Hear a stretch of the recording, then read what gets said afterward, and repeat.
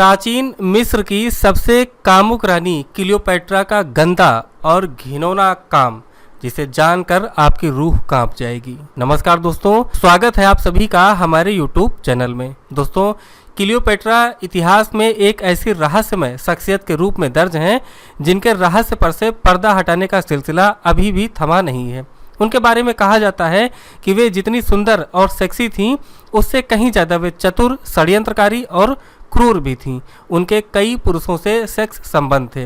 वे राजाओं और सैन्य अधिकारियों को अपनी सुंदरता के मोह पास में बांधकर उनको ठिकाने लगा देती थी। इतिहासकार मानते हैं कि उन्होंने एक सर्प से खुद को अपने वक्ष स्थल पर कटवाकर आत्महत्या कर ली थी और कुछ मानते हैं कि उनकी मौत मादक पदार्थ के सेवन से हुई थी। क्लियोपेट्रा को दुनिया की सबसे अमीर और सुंदर महिला का खिताब दिया जाता है। वे 3 ताकतवर पुरुषों की प्रतिद्वंदी थी, जूलियस सीजर, मार्क एंथोनी और ऑक्टेवियन।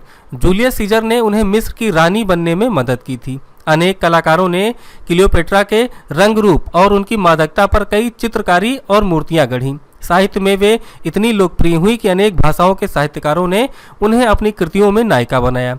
अंग्रेजी साहित्य में 3 नाटककारों शेक्सपियर, ड्राइडन और बर्नार्ड शॉ ने अपने नाटकों में उनके व्यक्तित्व के कई पहलुओं का विस्तार किया।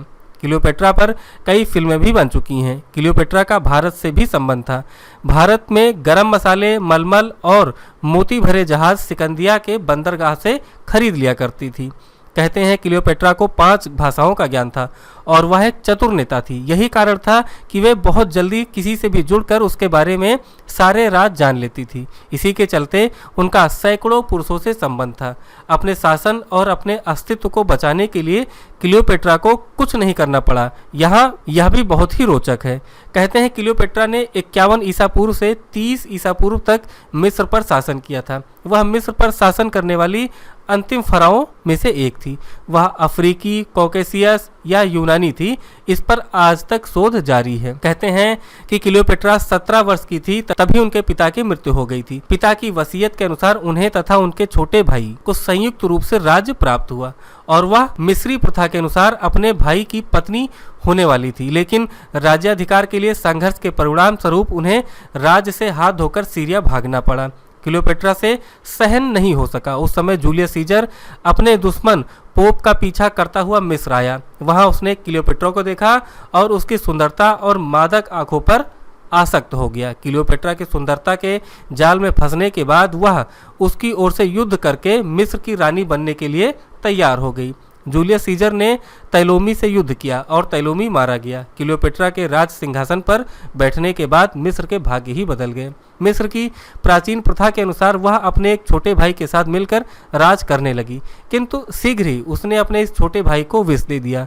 क्लियोपेट्रा के आदेश पर उसकी बहन अर्सिनोई की भी हत्या कर दी गई। सहन नहीं हो सका। उस समय जूलियस सीजर अपने दुश्मन पोप का पीछा करता हुआ मिस्र आया। वहां उसने क्लियोपेट्रा को देखा और उसकी सुंदरता और मादक आंखों पर आसक्त हो गया। क्लियोपेट्रा की सुंदरता के जाल में फंसने के बाद वह उसकी ओर से युद्ध करके मिस्र की रानी बनने के लिए तैयार हो गई। जूलियस सीजर ने तैलोमी से युद्ध किया और तैलोमी मारा गया। क्लियोपेट्रा के राज सिंहासन पर बैठने के बाद मिस्र के भाग्य ही बदल गए। मिस्र की प्राचीन प्रथा के अनुसार वह अपने एक छोटे भाई के साथ मिलकर राज करने लगी, किंतु शीघ्र ही उसने अपने इस छोटे भाई को विष दे दिया। क्लियोपेट्रा के आदेश पर उसकी बहन अर्सिनोई की भी हत्या कर दी गई। तो शीघ्र ही उसने अपने इस छोटे भाई को विष दे दिया। क्लियोपेट्रा के आदेश पर उसकी बहन अर्सिनोई की भी हत्या कर दी गई।